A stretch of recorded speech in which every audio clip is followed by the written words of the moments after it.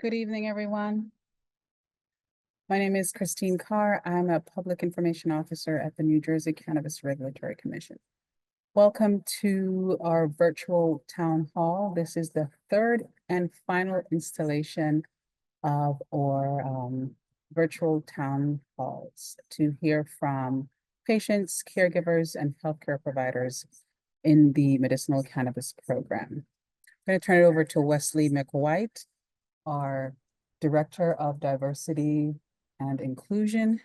He will kick it off with some opening remarks. Thank you so much, Christine, and thank you for the entire team who helped put this together. We're really excited to be with you all at as Christine said, the last of our medical cannabis program town halls. We're really looking forward to hearing from you all tonight. We have a very short agenda because we do want to spend most of our time hearing from you. So we will first speak about an overview of the medicinal cannabis program, and then we will have our open forum for registered speakers. Next slide. So some of the things coming into the future are our clinical registrants, a review board that will be able to allow petitions for medical conditions, a reference lab, and a review of the medicinal rules, which is why we are here today. We want to hear from patients, caregivers, and healthcare professionals so that we can, about their experiences about their program.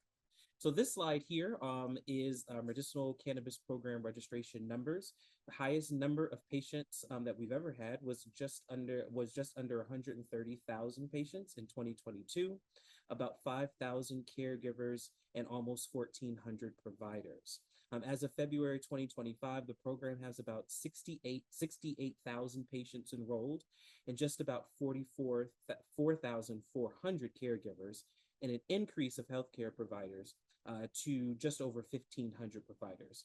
And it is not uncommon for states who have an established medical market, then launched an adult use market and not have seen a decline in patient numbers. But that has not stopped our resolve and drive here to make sure that we continue to see patients' needs put first in both of our programs. Next slide. Active patients by region, 41% of our patients are in central New Jersey, 32% are in South New Jersey, and 27% in North New Jersey.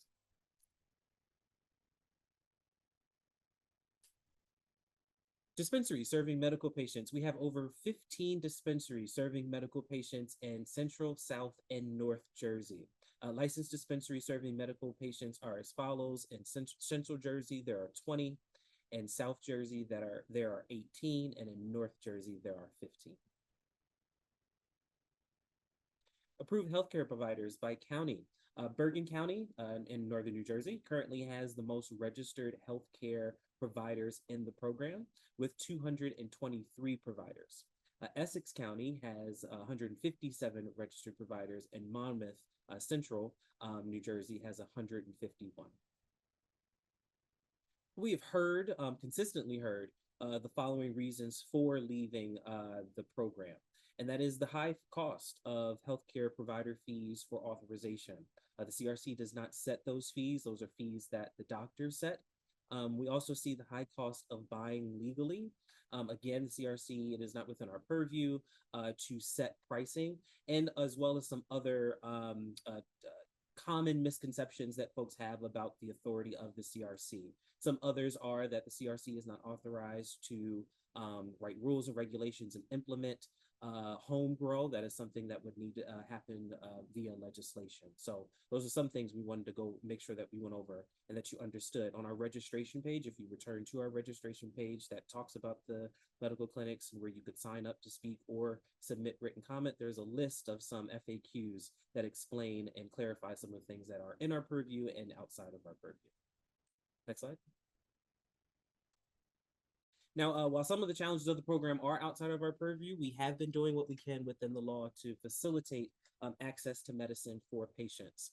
And so with patients' rights still remain, ATCs had to show patient services. Those are expanded treatment centers who were our medical dispensaries and medical companies licensed here before our adult use market and before the Jake Honing law. ATCs had to show patient services and supply would not be diminished before they were allowed to expand into the recreational market. And so we hold MCP participating dispensaries to commitments to patients, and that is a list of our patients' rights. Louder, I was told. Can you all hear me? I feel like I'm yelling. So if we could just go back to that last slide really quickly. So our patient-only parking, exclusive parking options for patients and caregivers. And I am just going to adjust my settings in 2 seconds. Bear with me, just to make sure that you all can hear me. How is that? I hear clapping. I think I heard clapping. Okay.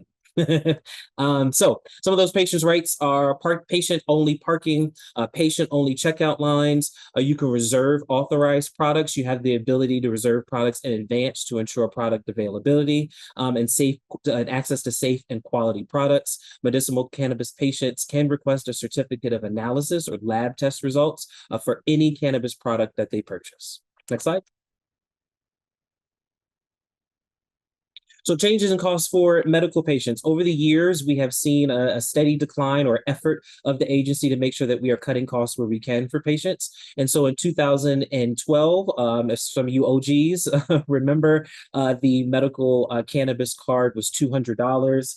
And 2022, sales tax for medicinal cannabis sales was eliminated. In 2023, we reduced the cost of the card to $10. And last year, 2024, the card is essentially free if you go the virtual route. But if you still want a physical card, it will cost you still $10. So sales by product, as we predicted, as more dispensaries open up, the market sees more competition. Prices are starting to inch down. The average, so where you see here, we are keeping a track of the types of products that are being sold. If you've come to any, attended any, or watched any of our public meetings, we do like to do these quarterly. So for medicinal sales, bud flower continues to be the number one choice for medicinal patients, followed by vape carts and edibles and pre-rolls. Next slide. So the average cost of flower for medicinal patients has decreased each year since the legalization of recreational cannabis. So in 2023, it was $11.75 per gram. In 2024, it was $10.48 per gram. And in 2025, it was $9. This year, it's averaged at $9.29. And these are averages. Next slide. And that's it for me. I really do appreciate the time that you all took out to be with us. We all do appreciate the time that you all took out to be with us. And please share with us your experiences, share with us your suggestions. And we look forward to hearing from you. Thank you so much. And I'll turn this back over to Christine. Thanks so much, Wes. We are going into the public comment portion. And today we have a clock. So you can see, if you look at your screen, it says 3 minutes up there. Once we unmute you, you'll have 3 minutes to speak. If you're calling in from your mobile phone or your landline, to raise your hand, it's *9. To unmute, it's *6. We're reminding everyone to be respectful. We understand you're passionate about medicinal cannabis, and you have some issues with medicinal cannabis. We're here to hear those issues and pass them along to the relevant parties. So without further ado, I'm going to move right in. I'm going to call 5 names. And if you hear your name in that first round, just raise your hand. You'll be allowed to speak. We've got Michael Pascarello, Levi Fox, Donald Glover, Eric Cedar, Ishmael Colon.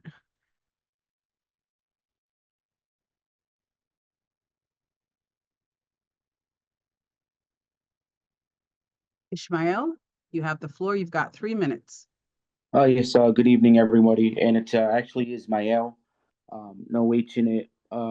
Anyway, that being said, yesterday, I'm not sure if some of the folks from yesterday are on. I'm just going to continue where I left off yesterday. I felt I didn't get enough time. I know some people got a little more.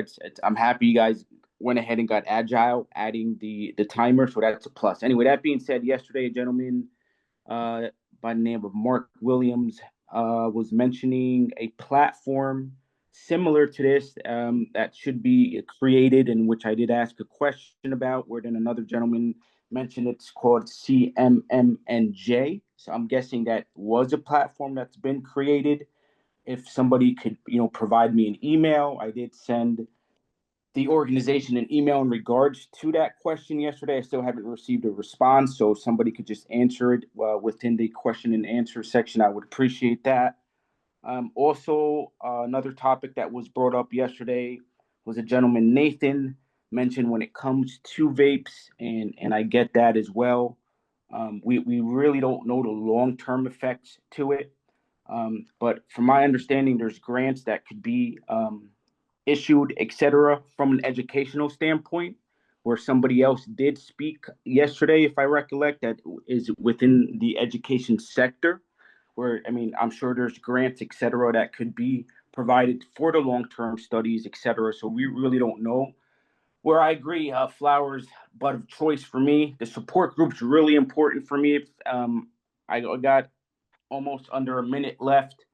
So I'm if I'm all over the place, I apologize. I have a lot to say, so I need a support group of some sort to see if anybody is experiencing what I've experienced since being a member of December of 2017 on a personal journey map of myself and what I've experienced since a judge issued me to go get the card, and what's happened along my life since being issued to get the card by a superior judge in the state of New Jersey. She never said XYZ was going to come along with that, which still doesn't make sense to me to this day. I see I have about under 35 seconds. Thank you for hearing me out. If somebody can kindly get back to me in regards to that support group so I can reach out to, I've been trying to make changes in my life for some time, but things are being forced upon me. So I really do need assistance. I'm hoping if Mark Williams is on the phone, there is assistance if he needs Social Security disability that can be looked into easily, Mr. Williams. And I hope I hear some responses from anybody else this evening. And thank you for giving me some time to talk. Thank you for your comment, and my apologies for mispronouncing your name. That's fine.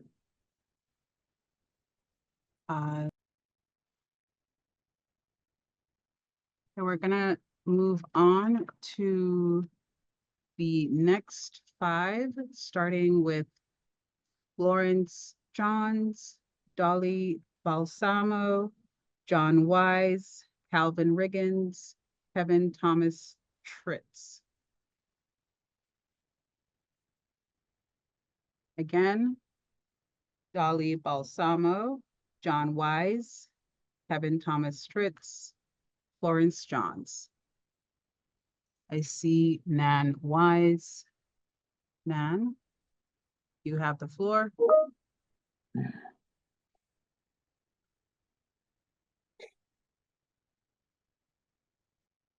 Nan Wise? Hello. Yes, we can hear you. Super. Hi. This is the spouse of Dr. Wise, John Wise. I'm the one who stepped up to the opportunity to speak tonight, and the reason for my speaking is to inquire as to the status of a medical marijuana petition that was filed by Dr. Wise back in November of last year. We've called and called, emailed as well, and we can't get any information on the status of the petition. The last we heard, which was several months ago, was that it was in legal review. My question is, who can I follow up with and where can I get this information?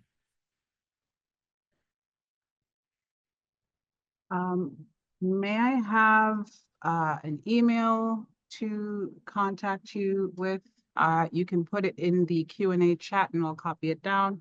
Otherwise, we can send it to the email that was used to register to speak. That would be absolutely terrific. And Oh, I'll send it here anyway. okay. Thank you so much, John. Thank you. The next 5 names are Robert Hennick, Cerise DeBrew, Laurie Moreno, Barbara Pereira, sorry about that, Barbara, and Dr. Brooke A. Sherman.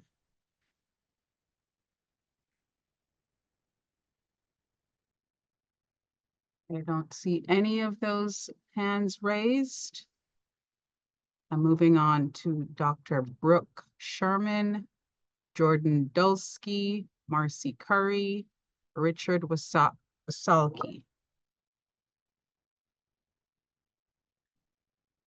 Okay, once more, we've got Dr. Brooke A. Sherman, Jordan Dulski, Marcy Curry, Richard Wasalski.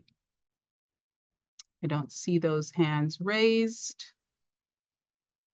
Okay, moving on to the next 5. We've got Andrea L. Wright, Michelle Francois, Fitza Shabir, Khadija Shedam, Ihab Abu Hassan. Not seeing any hands. Once more, we've got Andrea L. Wright, Michelle Francois, Fitza Shabir, Khadija Cheatham, Ihab Abu Hassan. Okay, I don't see those hands raised. Moving on. We've got Leslie Ann Seal, Michelle Watkinson, Jeffrey, just Jeffrey, Teresa Franklin, and Susan Bernstein.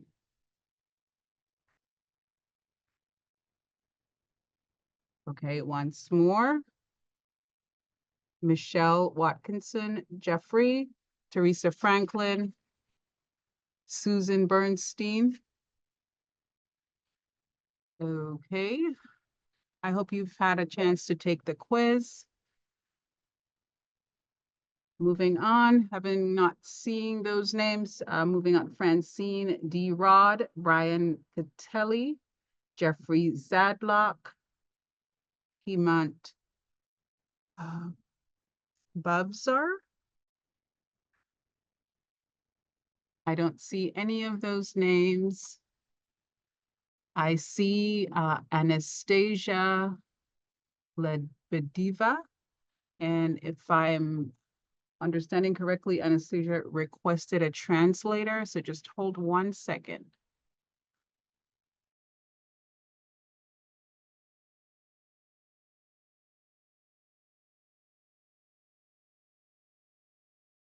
Okay, Anastasia, we're gonna come back to you in just a second. We're getting some information on the translator.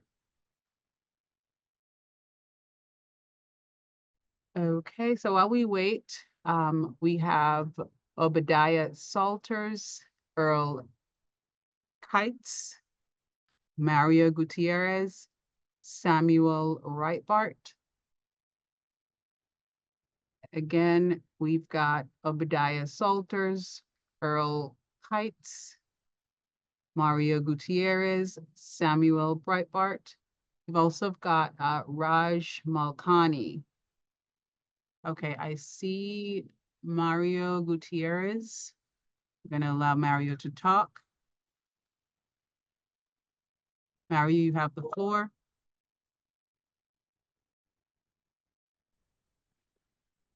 Hello, everyone. My name is Mario Gutierrez. I've been a medical marijuana patient since late 2017, early 2018, back when chronic pain was finally added to the qualifying medical conditions.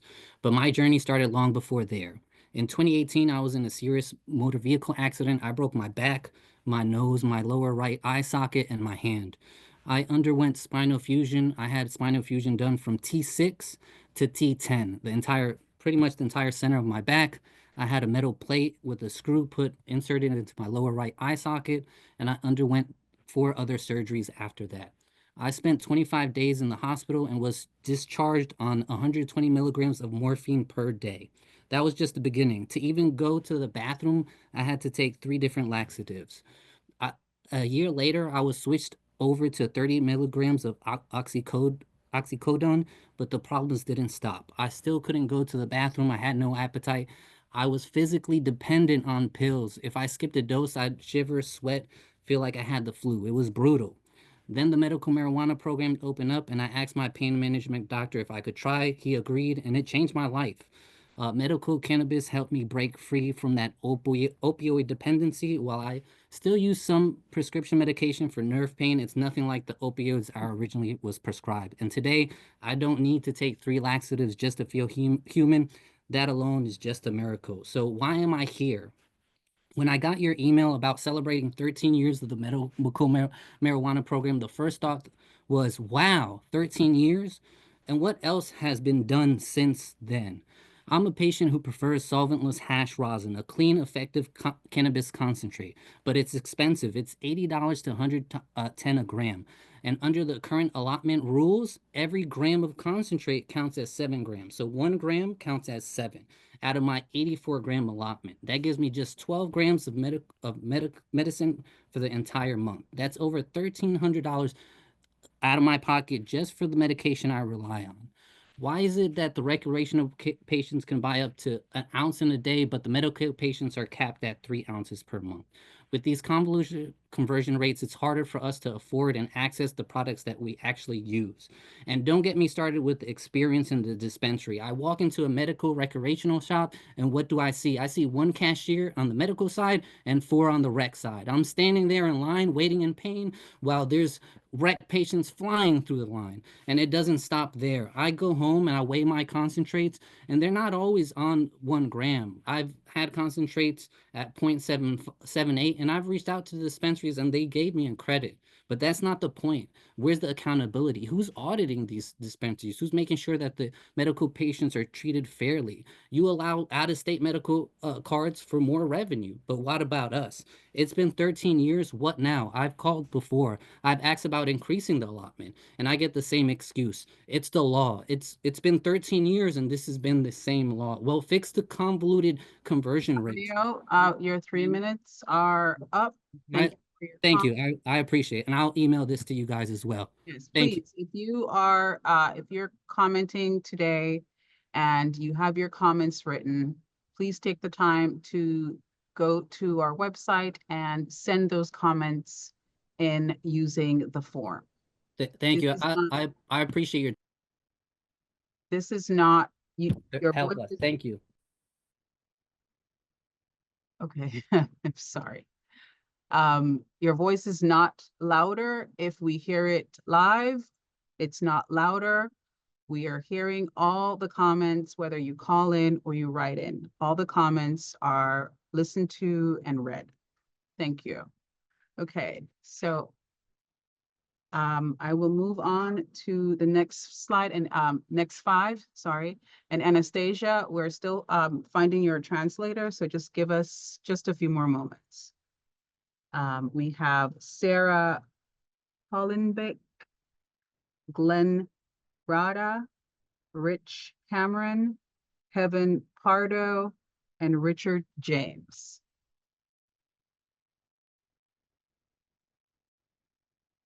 Once more, we've got Sarah Hollenbeek, Glenn Rada, Rich Cameron, Kevin Pardo, Richard James. I don't see any of those hands raised. Moving on. Got Iris Mitchell, Molly Lustig, Carol Crame, and Tiffany Renee Ramsey. Okay, I see Molly Lustig here. Molly, you have the floor. It's 3 minutes. Hi there, thank you. I won't take 3 minutes. I know you guys are not the legislature. I know that you do not make the laws, but Kramer directs that you report to the governor on medical patient matters, status, etc. So please share the issue of home grow that has resounding support from not only the medical community, but also AU operators and the union. Please share how often this issue is brought to you, and how all you can say is that your hands are tied because you're not the legislature, and please share the frustrations of the medical community. The second issue, relates to taxation. While the state sales tax was eliminated in 2022, making medical cannabis exempt from the state sales tax, the law still allows that municipal transfer tax of 2%. And for those recreational dispensaries that do not offer a medical menu, medical patients still have to pay the state and municipal tax as an adult use consumer, regardless of whatever town you are in. So I think the fix is to allow and accept new alternative treatment center applications, and being that there are only only dispensaries and 48 that serve both patients and recreational customers. That would be helpful. And then I know you have the educational toolkits, but I'd like to see one on consumption of medicine in public spaces where the Smoke-Free Air Act does not apply. Because while patients might be one of the most informed groups, those in the general public and those dealing with the medical patients are often not. And so while there are a lot of people who do not know their rights in this area, public information would be helpful to all involved. Thank you so much. Okay, thank you so much for your comment. Okay, not seeing any hands. Anastasia, your translator is here. Gonna allow you to speak, and then we will allow the translator to translate.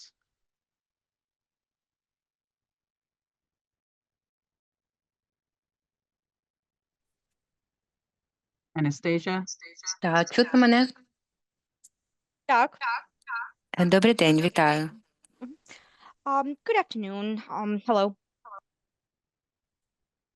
I'm Ukrainian. Українською можна. Мені 30 років, я з України. Жодного не маю стосунку до медичного канабісу зараз. Знаходжусь у Сполучених Штатах. Yes. Hello, my name is so I'm 30 years old. I'm currently right in the United States, but I do not have any relations to the medical cannabis. I'm sorry. Can you repeat that? I am 30 years old. I'm currently located residing in the United States, but I do not have any relation to medical cannabis. This is a town hall on the medicinal cannabis program in New Jersey. It is for medicinal cannabis patients, caregivers, and healthcare providers. Are you affiliated in any way? Ну, це саме комітет з регулювання канабісу, медичного канабісу, так, в Нью-Джерсі. І це саме для зібрання для тих, хто є провайдером, так, медичними спеціалістами, які надають будь-яку терапію або допомогу завдяки використовуючи медичну марихуану. Зрозуміло. Мене цікавить таке питання. Зараз наразі знаходжусь в Сполучених Штатах. Співпрацюю з місцевою клінікою. Знаходжусь там як чаріті. Це волонтерство. Мене цікавить, як у майбутньому можливо співпрацювати з медичними представниками. Тому як мене цікавить сфера розвитку медичної марихуани у бізнесі ресторанному. Тому я хотіла запитати, як я можу співпрацювати з місцевими медичними клініками, щоб дізнатися більше інформації, як я можу легально використовувати продукт у своєму бізнесі. So yeah, I just want to repeat. So I'm currently live and work in the United States and work in the local clinic. Well, as more like as a volunteer, but this is for the future, and I'm interested.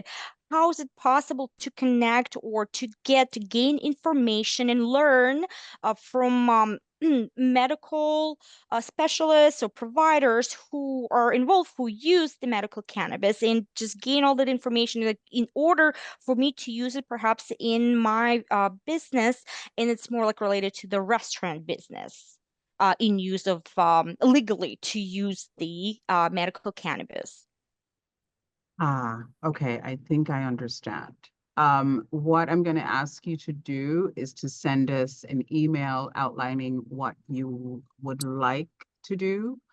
This forum is primarily for people that are in the medicinal cannabis program or wanting to get into the medicinal cannabis program as a patient, a caregiver, or a healthcare provider. For business opportunities, so for instance, opening manufacturing, cultivating, being a retailer, that is a separate forum. You can find that information on our website, nj.gov/cannabis. Again, that's nj.gov/cannabis. You can also send us a message in the Q&A with your preferred email address, and someone will reach out to you with an appropriate email for you to send your questions to, or we can get them translated and answered. Thank you. Так, дивіться, я зрозуміла ваше питання. Що вам потрібно буде зробити, це надіслати електронного листа з планом, тобто, що вам потрібно саме так відзначити. І для того, щоб ви могли мати могли мати можливість співпрацювати так чи приймати участь у програмі в медичній застосуванні медичного канабісу. Але на зараз, тобто наша програма, вам потрібно буде заповнити форму, але це саме є або пацієнта, доглядача, або будь-якого медичного представника, який надає медичні сервіси. Для тих, хто, наприклад, буде працювати або мати свій бізнес, або як культиватор канабісу, або будучи роздрібним продавцем, це буде інша форми, інший бланк, який вам потрібно буде заповнити. Але взагалі ви можете всю інформацію, де знайти ці бланки, це на веб-сайті nj.gov, так, потім /cannabis. І також, будь ласка, напишіть зараз, відправте ваш імейл у відділ, де стосується питань та відповідей, так, Q&A. І ми тоді вам напишемо і надамо саме імейл, на який ви можете нам відправити ваше запитання і ваш лист. Добре? Так, дякую за співпрацю. Все зрозуміло. Будемо навчатись. Thank you for this collaboration and thank you for this information. We will excited. We'll be learning and trying to get this all information. Thank you. Thank you so much, Anastasia, and thank you to our translator, Anya. Yeah, no problem. Дякую, Анна. На все Нема добре. за що. You have a great evening. Thank you. Is there anyone else on the call right now who did not register to speak but would like 3 minutes to share their thoughts?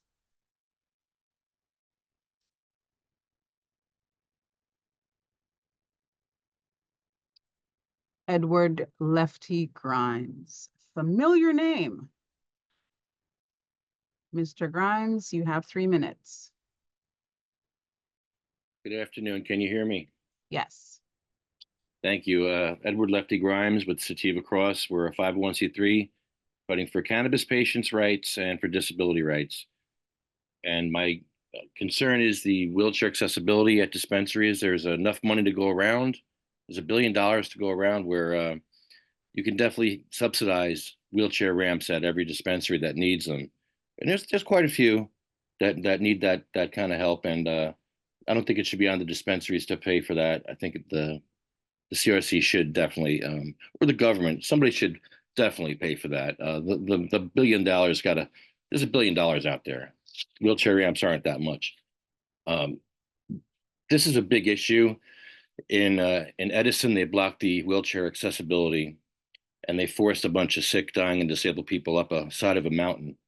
And a lady with one leg, disabled vet. And so now Edison has to fix this issue because they're grandfathered in. The problem is it was legal for them to do that because it was grandfathered in. So that's the word that everyone uses when to describe wheelchair access. I feel bad for the dispensary in Maplewood. She's a lovely woman. She's put in a position where nobody told her. Everybody said, "Oh, you're grandfathered in. You're good. You're good." Her architect or engineer, everyone told her she was good, and it turns out that no, it's an issue, and that's going to cost a little more money up there because she has a beautiful building up in Maplewood. It's beautiful, absolutely gorgeous dispensary, and you can't just put some metal ramp up there. You got to put something that's going to match the building and fit the whole structure there. And I believe that you guys should pay for that. This was a missed opportunity, but I think you can all fix it now. With the $1 billion you guys got, you can fix it. And I'm going to keep talking about this till it's fixed because this is an issue. You got disabled vets out there that can't get into dispensaries. My dad was a disabled vet. He gave it all for this country. I think I told you before. My dad was in Vietnam. He came home from Vietnam with PTSD. He shot himself in the head. He lived. He wound up in a wheelchair. And this is, this is a common story for our disabled vets. So we need to do better for our vets and make sure they can get into every dispensary. It's not too much to ask. It's not unreasonable to ask for these things. And I'll yield my 15 seconds. Thank you very much. Thank you so much, Mr. Grimes, and thank you for your comment. Jimmy, can you state, when I unmute you, can you state your full name for the record? Hello, Jimmy Del Gershio. How you doing? You there? Thank you. Yes, we can hear you. Okay, great. Let me start. I'm sorry, I was actually in the food store. All right. So, okay, my name's Jimmy. I'm here to stand for medical cannabis patients in the state of New Jersey. The people who rely on this program deserve safe, effective, and properly tested medicine. But right now, that's not always what they're getting. Thanks to a recent study by SafeLeaf, we now have undeniable proof that moldy and mislabeled products are making their way into dispensaries and into our lungs. There is a serious health risk, and it's time for stronger lab safety guidelines and real enforcement. We also deserve transparency. COAs should be publicly available online for all cannabis products. No one should have to rely on somebody working at a dispensary that doesn't know what they're doing to get us a COA on a product we already purchased. Other states do it, and we just love to lag behind. Lastly, while I know you guys repeatedly say home grow is not under your authority, and I understand that, I'm asking for you guys to stand with us. Write a letter, do something to show you support us. The excuses that nobody's ready, or the excuses that we can't get safe medicine, are now proven wrong, considering the unsafe medicine is in the dispensaries. And I guess the one other thing, while I have a little bit of time left, is institutional access. I have friends that are sick and refuse to go to hospitals because they can't lay under fluorescent lights without risk of epileptic seizures. They're photosensitive and they cannot go to hospitals because they don't have access to their own medicine. I'm sorry, I'm getting a little crazy here. It's just getting out of control. I'm watching my friends wither away, not getting the help they need because they're scared to go to the doctors that are supposed to help them. Because why? I don't have an answer. I'm sorry. That's all for now. Okay, thank you so much, Jimmy. Is there anyone else on the call right now who would like to speak? Okay, I see Samuel Breitbart is here with his hand raised. Sam, you have 3 minutes.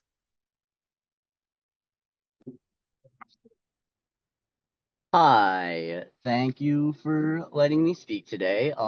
I would like to thank the CRC for holding these medical town halls. I think it is a really positive step towards transparency and building back patient trust after the studies that were released last week by SafeLeaf. I think it's good that we're starting to acknowledge some of these issues that have been spoken about for the past year, and I'm excited that we're starting to work on some solutions. I think one thing that is very important, probably the most important thing to me that we have not focused on since we passed the Jay Koenig bill in 2019 is institutional access, as Jimmy was just speaking about. We are supposed to have someone present in any care facility, also prisons, where that is registered and able to acquire and even help dose that medicine to those patients. It is a huge disappointment that we have let these patients down for so long. There are people who are registered patients who are getting worse sitting in hospitals because they can't access their medicine. There are people that do not use hospitals and do not get the care they need because they can't access their medicine inside those facilities and would be potentially subject to things that they would not approve of because they might have symptoms in the hospital and be unable to deny what the doctors want to do. All because you guys have failed to implement the 2019 Jay Koenig bill. I would really, really love to see that be a focus this year of the commission. Even if it had to be its own separate committee, as you guys have started to work on. I think it's one of the biggest failures to patients and people that need to access cannabis. Beyond that, I think we really need a way to enforce some of these regulations against these labs. I appreciate that we have, taken the steps to tighten up some of the regulations, but there's data, publicly available data that says that for the last 3 years, these companies have had at least 40 times lower fail rates for mold than other companies and have failed to test for certain pesticides over 3 years, which you caught once and then claimed that you tested all of the potentially bad batches and that it wasn't a danger to public safety. Well, I can tell you that that's impossible because there's 3 years worth of data. I don't know how you could look at that data and tell me that everything is okay. I think we need more opportunity for enforcement because how can you guys who have access and are responsible for looking at this stuff tell us that there's nothing you can do? Samuel, Because we thank you so can't much for make your complaints comments. Your about it. 3 minutes are up. If you have other comments that you'd like to share with us, please use the comment form or send us an email. Thank you so much. Thank you. Okay, so we've come to the end of our list and more than 75% of the people that registered to speak have not spoken. So if you're in the audience and you would like to speak, raise your hand. If you have not already spoken and you would like to speak, raise your hand. Seeing no hands, I just want to remind everyone. Oh, I see Andrea is here. Andrea Rabel is here. I will allow Andrea to speak. Andrea, you have the floor. Yes, hello. I already used my 3 minutes at the town hall yesterday, but I had received another confirmation email saying I was also registered for today, and apologies for registering for both, given the delay in the confirmation email. I wasn't sure if my first one went through. I would like to say thank you. I won't take up too much of your time, but thank you for hosting these town halls. Thank you for giving patients the chance to speak. I would really love to see more of these going forward. I know a lot of the changes that people are asking for take a lot of time or might even be beyond your jurisdiction.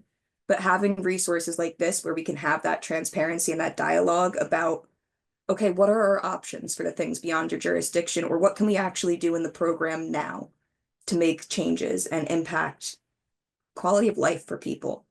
So I just hope this is not our last opportunity to speak at town halls. I would really love to see them every other month when the CRC has their condensed agendas. And I appreciate the step forward on transparency. I appreciate you trying to do more with the interaction and the polls. Little things like allowing more than one selection during those polls might help you gather more data too, because a lot of times these issues impact more than one issue. These issues impact more than one issue impacts a patient. Again, I would just like to reiterate, institutional access is incredibly important. Looking into the lab safety, because while we do have stricter regulations now, we need accurate investigations, auditing, reporting, and enforcement of those lab regulations, because the labs are really our last line of safety between anything that could be dangerous to us and the medicine we rely on to save us. So just thank you again for hosting these. And I ask that you publicly release the footage of these town halls or release a summary, release the public comments. It'd be appreciated, because we were the people who were not privy to the last round hall, the last round table. You know, we hoped to see what came out of that, and we weren't able to if we were on the outside. A lot of the people you said registered to speak didn't speak. So maybe showing them what they missed out on from this town hall would encourage them to come back for the next one. Thank you. Thank you so much, Andrea. And thank you for your comments yesterday as well. We sent you an email requesting those comments in writing. Kindly take the time to send those over to us. If there's anyone else on the call who registered to speak, probably missed hearing their name, raise your hand. If there's anyone who did not register and would like to speak, please raise your hand.